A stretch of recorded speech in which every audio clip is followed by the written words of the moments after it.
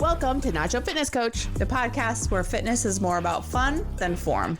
I'm Sara, the fitness expert who lifts heavy and loves a good challenge. And I'm Caleigh, a newbie who runs more for survival than sport. We're here to remind you that fitness doesn't have to be serious, but we definitely take the snacks seriously. So if you're looking for some laughs and a few questionable fitness tips, you've come to the right place. Welcome to season 5. Hey, welcome back to Nacho Fitness Coach, the podcast where we give advice we definitely don't follow. I'm Caleigh, and next to me is Sara, who's here to remind us all that deadlifts won't fix your issues, but they might get you one step closer to looking like her.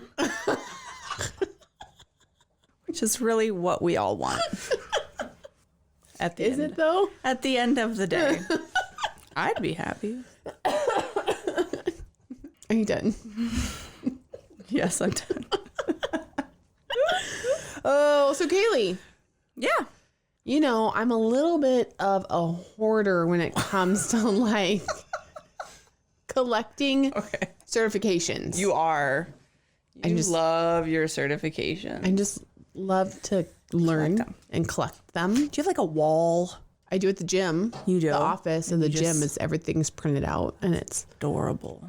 I intertwined with. We could do it here. Cover shots of. Could have that your wall. My cover shoots of like magazines are up there too. Yeah. Have you never been in the office at the gym? I think I was one time. We did an interview for the newspaper. Oh yeah, we did. And you missed my whole wall. I guess. Not important. It's not important. So anyways, you know how I am about that kind of stuff. And I love learning. And I've been working on my certified strength and conditioning specialist. Yeah, that's kind of been your hyper focus. That's been the hyper focus. Yep. So that one's almost checked off the list, and which has been on the list for like 10 years. So this wasn't like a overnight thing. Like it's been there and it's time to get it done. But through, I'm guessing, probably the powers of targeted advertising. Yeah. You know, something they hear you. They hear you. They see you. They watch you, what you're doing. All of a sudden, there was a promoted post to me that Harvard University has a lifestyle and wellness coaching program from the Harvard Medical School Executive Education in collaboration with Emeritus, which I don't know what any of that means, but me neither. It was all like marketed as Harvard University. You can get this lifestyle wellness coaching program certification. Okay. So, of course, I'm like, ooh, Harvard. This sounds fun. Let's go ahead and just add this one to the list. So I was like, okay, you know, and like, how do I get more information about it? Like, what is it? When is it? How can you study for it? How do you take the test for it? Like, what's the outline of this program for me to consider this like certification, right? And so I filled out the little form because there wasn't a whole lot of information online. And so then they sent me like a PDF. Oh, that's like, here you go. Here's like the outline of the program. So like, I'm like scrolling through. I love a PDF. You know, it was just very detailed. I mean, it looks like a very informative. It was free. Well, yeah, here's what the program entails.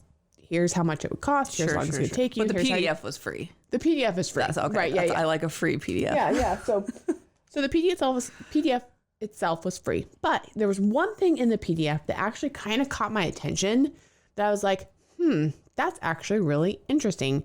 And it was the pyramid that you kind of, I think, saw from across the room. You're like, I see a pyramid. And this is the foundational lifestyle pyramid. And so through this coaching program to become a lifestyle coach from Harvard, they have this wheel of paving the path to wellness program. And there's this foundational lifestyle pyramid where it gives you personal health pillars to determine which impacts you the most. And what I thought was crazy is how often we've talked about the importance of sleep from multiple different sources. The top of the pyramid? That is the one that's the top of the pyramid. Oh my God. And I was like, whoa, wait, what? That's wild. So I see it though. I can see that. You know, it is very important. It is important, and but it affects everything else. But then that means it should be the bottom of the pyramid. If it's the foundation, they put sleep at the top. Like it's like it's the least important. Yes. Oh, then I take back everything I just said. So would you like to take a guess at what might be the bottom one? This could be fun. Nutrition? It's somewhat related to nutrition. Tell me. Substance avoidance. Oh. Cheers. Can we click it? There we go. Is that from 3 days ago? Yeah, it's the same. It's the same. Sarah's drinking the same wine from 3 days ago. You nasty. Doesn't it age? Or like, no, too much. It's not decanting still. I don't think so. It tastes fine to me. I don't know. I don't know. I closed the lid. Like I shut the little I'm sure it's fine. cider It's thing. just And this is what the wine, little stainless steel wine, what are these things called? Cooler thingies? Tumbler. Little wine tumbler is supposed to do, right? Preserve it a little bit so you can kind of just sippy sip. Keep it cold. It's not a wine preservation That's system. what it's supposed to do. I mean, I don't think it's supposed to like prevent it from molding. breathing. Well, it's not molded. It's only been like 72 hours. Well, of course it would. But I'm going to take it home and wash it once we're done recording. But Oh, that's just funny. It's the same. Because that's like the red stuff we were drinking like 3 nights ago. Leave me alone. I haven't been through a whole glass. Okay, so the base of the pyramid is substance avoidance. Okay. So the way I interpret this pyramid then is like that has to be like the number one thing that you would give Like up. drugs or like, and alcohol? I'm guessing. Caffeine, surely not. No, I would say that's more of a supplement, Oh, I like that. right? Yeah. I mean, it's not, I wouldn't consider that substance abuse. Well, it depends. Depends on how much caffeine Depends you're on- consuming. That's not how can you abuse caffeine? I feel like I'm abusing it. You're abusing it. Well, I don't know. This is just weird. Okay, by completing this exercise, you will acquire the knowledge and tools to help your clients, patients, members develop their own personalized lifestyle pyramids. Oh, maybe this order changes then for everybody. Oh. Okay, hold on. Let's restart this paragraph. Let's restart this episode. Building. Hold on. By building on the 12 paving wheels of Path to Wellness program, you will use Dr. Freight's foundational lifestyle pyramid to prioritize your personal health pillars and determine which one impacts you the most by completing this exercise. Oh, this is an example. Oh. So this is a framework then that he teaches to help with lifestyle coaching, that you create your own personalized lifestyle pyramid. Oh, this image serves as an example only. The pyramid is a personalized tool for learners to create different versions that prioritize the different pillars based on their unique needs. Oh, well, we should probably just start this whole episode over. That's just a complete like... Where did the PDF even go? Because I really kind of want to pull up the whole thing now. I just took like a screenshot of it. And I was like, oh, that's weird. Why would that be? I guess for some people, maybe that's the priority of something to fix. Mm-hmm. Probably because they have a lot of substance, so they're already sleeping a lot. Right? So it's just like the top and the bottom. But this is for example only. Huh. All right. Well, I don't even know what we should talk about now then.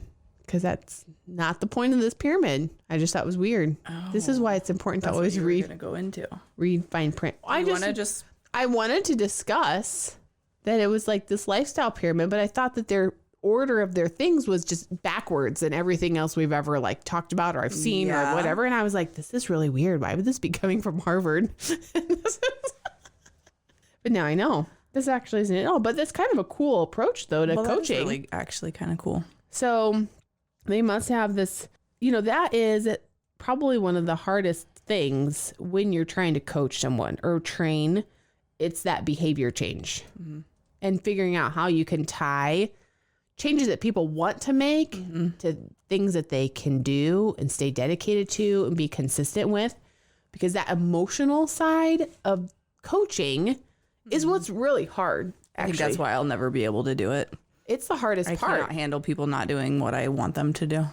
It's very challenging because, every person has got a variety of other factors going on in their lives. Like today, that was probably the hardest part about one-on-one personal training, was that emotional dump zone that you just become with people.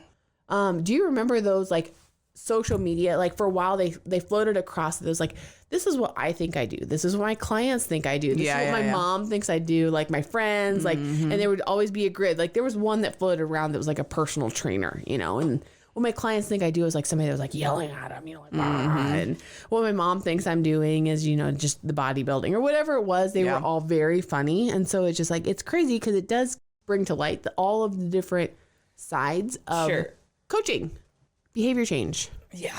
People really should have psychology degrees when they're trying to actually do personal training though too. They shouldn't, because like that shouldn't be part of their job.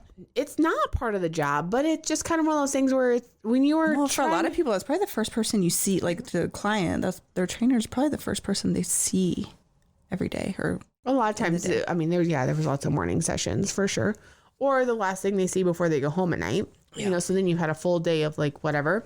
Gotta unload it. There's lots of unloading that happens. And with that, I think it's maybe time for a quick little break. Be sure to check out our website at nachofitnesscoach.com, where you can purchase merch and listen to all previous episodes. So we're back. But it's an important part of like behavior change though, right? I mean, if you're most people, if they're coming to a personal trainer, it's because they want something to change, right? Whether it's physical, mental, emotional. I mean, I don't know. There's a variety of reasons. They want to feel good. They want to get healthier. Sometimes it has nothing to do with body composition, but still you're introducing something new into your life that you're trying to now incorporate into your lifestyle. And so there is a part of it that's coaching that you're trying to figure out how people are going to do that and get it to stick. That's true. Or there are personal trainers that are like, just come pay me for your session. And they don't care. And they just want the money. I'll just put you through the workouts. I don't want that, because I feel like people should learn it for themselves. Yeah. It's good for you to know what you're doing. Don't you think? Yeah. Do you think when you started, if you would have hired a personal trainer and say bought like 8 weeks worth of sessions. Yeah. Say if you went in twice a week for 8 weeks. And that's how you got started. Do you think that you would have learned anything from that? Or do you think you just would have been like, well, I'm showing up to my session, I'm doing what they tell me I'm going to do, and then I'm going to leave? I think I would have I would have learned from that and then been able to. You think so? Take that. Yeah. That's, yeah. You think you would have paid attention enough? Do you think that the way that you did it kind of more on your own, do you think you learned like more? No, you think it would have been the same? I think I would have. I think hiring a trainer for like a shorter period of time would have benefited me more than what I did, because I'm still probably doing shit wrong. Well, everyone's still doing stuff wrong. Well, I know, but I could have maybe learned some of that. Shortcutted a little bit. But I more. wouldn't. I don't think I would, like, had I hired a personal trainer back then, I wouldn't still have them. No. Well, it is a added cost in your every, budget cycle or whatever that can add up pretty quickly. So it just kind of depends on your financial situation too. I mean, but I guess that's how I've always kind of thought of a personal trainer, is just like a jumpstart you into your own started journey. And then you learn, you learn. I feel like that's kind of what my approach always was, but it is actually kind of wild. I mean, I did have a good handful of clients that they were like, nope. Yep. If I don't come in here and have it booked and I'm coming, it's an accountability thing. Yeah. Yeah. Which I get. They were like, I wouldn't do it. And come. But I'm like, well, but you should still be able to do it. You got to do something on your own, because eventually I don't want to hang out with you anymore. No, that's not it. Yeah, but like sometimes the schedules would change, or like if somebody got sick for a few weeks and then you don't see them, and then like they wouldn't do anything or whatever. Yeah. You know what I mean?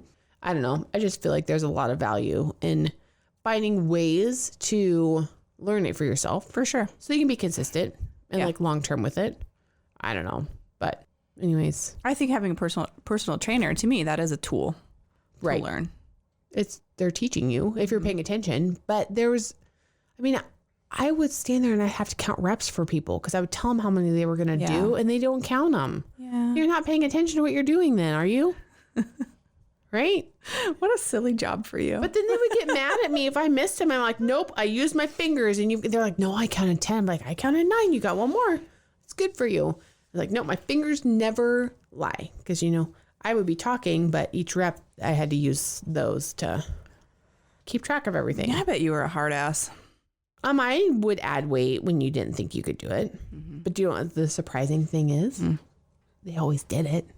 You know what I mean? Yeah. So it's good for you. I was never yelled. It's never negative. No, but I just know like my relationship with you. I just know how you are. Oh, yeah. As a person. Right.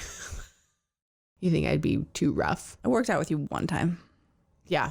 You couldn't handle it. That was enough for me. I think you cut out of the last set of everything. Mm-hmm. Like the whole last superset. And I only did things 2 times through. You quit after the first round. Mm-hmm. That was the sorest I've ever been in my life. Did it hit you right away? Yep. That next, when you were like leaving that day, I knew that day. I knew that I was going to be hurting. That was a long time ago. That was a long time. That was like a lifetime ago. It was like a lifetime ago. I think I could probably be closer to keeping up with you now. You think so? Keeping up is a strong. That is a very, yeah. Mm-hmm. Well, because that particular workout day, like I used to do 3 sets of everything through. And I was like, I'm just going to do 2. And I thought that was the plan. And then you got through the first set and you're like, I'm done. No, my plan was take me, like, let's go to the gym and like teach me how to, I don't know, do a few things. I wasn't trying to work out. Why would anyone ever want to do that at the gym? Why would we ever? We need to work out together again. That was like 2 years ago. That's true. That was one and done. We have a fitness podcast. And we don't, they say friends who live together. Stay together? Do they say that about friends? I don't know if they say that, but. I don't think so. I've never heard that before. I think you're just making stuff up. I mean, never. You would do it for the content. I feel like we'd have more content because you could make fun of me and I could probably make fun of you. That's when we start like our subscriber and our subscriber content that we keep talking about adding between between workouts and then our taco nights, the behind the scenes of taco nights. Things get a little wild sometimes. I would be game. We should do it. Well, maybe we'll work on that. Scheduling that, you think? Yeah, I have really enjoyed working out at home and out in our shop versus even when I was in the basement. I don't think I'm a gym person. Why? Because I can like act like an idiot at home, make all the noises I want to and like spit, growl, and I don't know, all this weird shit that I do. People do that at the gym too. I know, don't spit on my floor, but hold myself to a higher standard. I don't know why. Nobody else does when they're in there. I don't know either. Like, but we could find a day. We should be able to do that and then compare to see how you feel after the workout now versus it was then. I don't remember what we did. I have my paper. I think I had those supersets I pulled out of the office. I do miss the leg press. Maybe I'll join the gym again. Leg press is good. I was getting some killer quads back when I was. Yeah, it's not exactly the same when you only have 50-pound dumbbells at home. No, it's not. You need more weight for your legs. I know.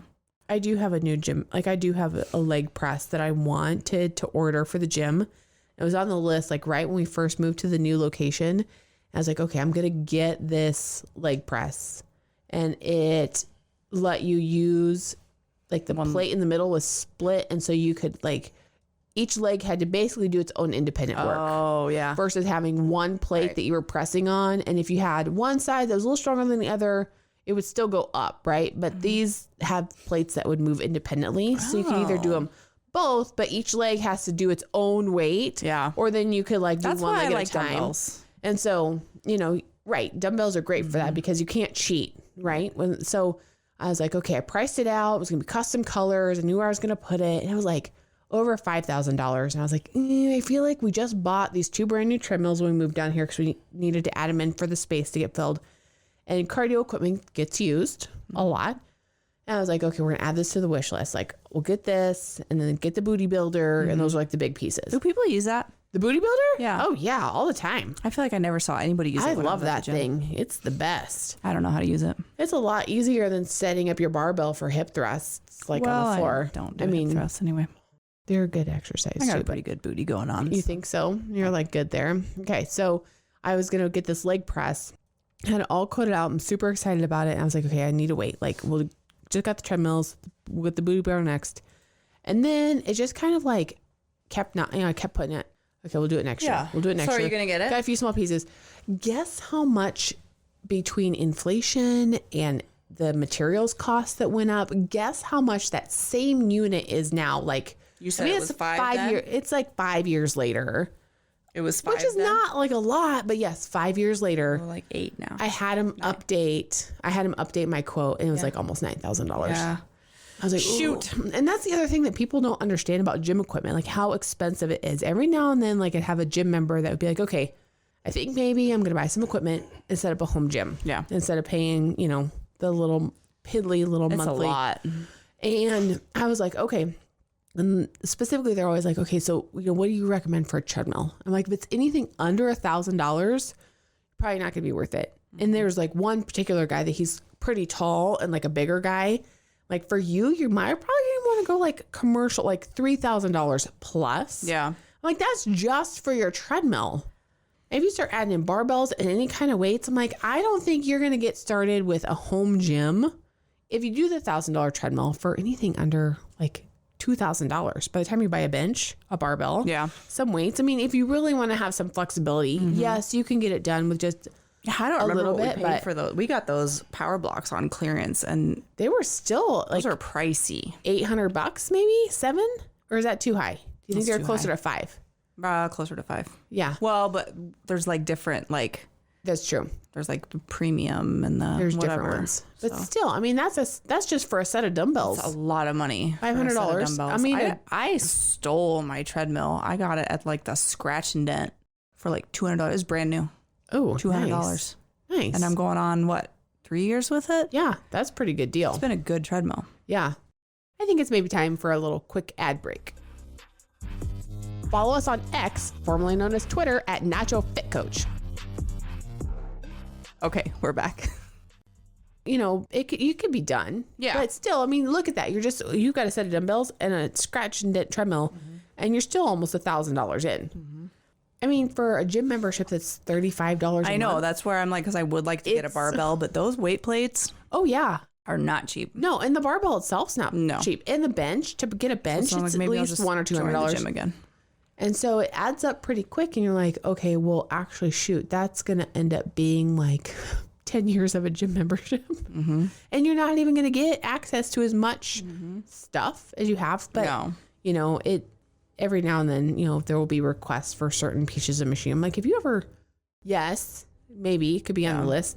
My leg press would be the next thing that's coming before anything else. But it's expensive. Yeah. And you got to take care of that stuff. Are you actively working out right now? Not really. Well, I did. So I got back into it right when the kids got back into school, and I was doing a pretty good job, like twice a week. And I was like doing it, getting in there. And then all of a sudden I was like, I need to make sure I'm getting this studying done, because I really wanted to get the test done by the end of the year. So that's kind of taking priority, which is not an excuse, because I could go out and I could live for 30 minutes in the backyard. And you definitely could. That's okay. I'll get back to it. It'll be fine. When we train for our fitness competition. That is probably the only thing that would get me to finally. I think that's kind of like that kick in the ass you need. It would be the only way that I'd be like, fine, I'll finally buckle everything down and I'll lose the last 20 pounds. And once I would get there, then I'd maintain it just fine. But it is going to have to probably take me stepping on stage in like the tiniest bikini possible to actually dial things in. But all right, let's do it. I don't know if I want to do it. Oh, you want to do it? Yeah. Where are we going to go do our competition then at? I don't know. You know something close? You know more about that than I do. I mean, because you can do ones that are like local, or you could go to like Lincoln, Omaha. Yeah, they have them in Lincoln and Omaha. Kansas City. I feel like I probably wouldn't want to go do like a fitness competition in like Oshkosh, Nebraska or something. It depends which association Ogallala. It is. You don't want to go to Ogallala. You'd rather go west. Broken Bow. I just like go east, not west. Like I don't know if they have fitness competitions there. That's what I'm saying. They'd be like, what is this? Like, oh, this is in somebody's basement. Weird people. What did we just sign up for? Could be fun. It might be kind of entertaining. It's for the content. Caleigh, it's for the content. Stop being so scared. It can be a fun little adventure. No, we could do. Yeah. We could do it. Yeah, we could. Would we compete in like the same thing, or would we? Maybe. I don't know that I would be ready anytime soon for like the fitness category. So it'd probably be bikini. I don't know. It probably depends on, it's been a while since I've dieted down. Like, I don't know what my muscle looks like under there anymore. You know? Yeah. There might be enough there that I could pull off fitness. Probably. I don't know. Might just have to be bikini. What's bikini? Just look hot? Different levels of body fat percentage. Like you don't see, like you're not quite as lean. So you don't see as much like hard muscle lines. It's more about, you know, seeing abs, but not like 6-pack abs. Okay. You know, so it just kind of depends. But every federation and association has different judging criteria. Yeah. So it depends, you know, like everything else. It depends, Caleigh. I am comfortable with that. I'm sorry about your episode. Yeah, I kind of went downhill. It's fine. This just kind of went all over the place. I'm glad we went full circle on like realizing that the fine print matters. It's fine. It's not the first time I've made that mistake, and it's just fine. But it was like caught my attention. I was like, this is totally backwards. We're going to talk about this. Like, I just don't even understand why. And then now read the content. Yeah, I bet that really did throw you for a loop. It did. When you see that, okay, you're like avoidance of substance. You're like, so the I should be focusing a lot more on this. Yeah, right. So the example that was given of somebody's pyramid was the substance avoidance is like the widest part of the probably pyramid. My mom's. Where is she? Probably. Yeah, let's just say this was your mom's pyramid. So she had taken this and said, substance avoidance is probably the number one thing that I need to cut out for my health and lifestyle. Mm-hmm. And then social connections. I'm guessing that's improving your social connections. Like, need to focus on that because it's like non-existent. That's probably because you're drunk all the time. There's no social connections. You're talking about my mom like that? Just this person. Oh, okay. We're not talking about my mom anymore. I don't know. Was that her vice anyways? Alcohol? Nope. No.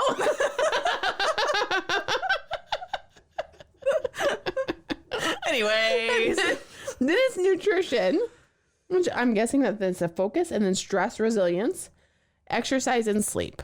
Huh. You know, so, I mean, it was a very interesting. What is interesting? There you go. But that's somebody else's pyramid, not mine. And also not the golden rule for their coaching program. Yep. They're just teaching you how to identify your own personal pyramid. So that's not I'm our still business. interested in I'm still interested in the program, but okay, it might not be for a while. It's just fine. I know it exists. It's out there for someday. So here we go. That's it. Your to-do list. That's all we got for today. All right. So that's it. You ready? Yeah. Okay. Until next time. Bye. Thanks for listening. Be sure to head over to our Instagram at Nacho Fitness Coach and let us know how you feel about the topic. Do you love it or hate it? Also, don't forget to hit that subscribe or follow button wherever you're listening. And if you like our podcast, leave us a rating. See you next time. You've been listening to Euphony Innovatives Sonified.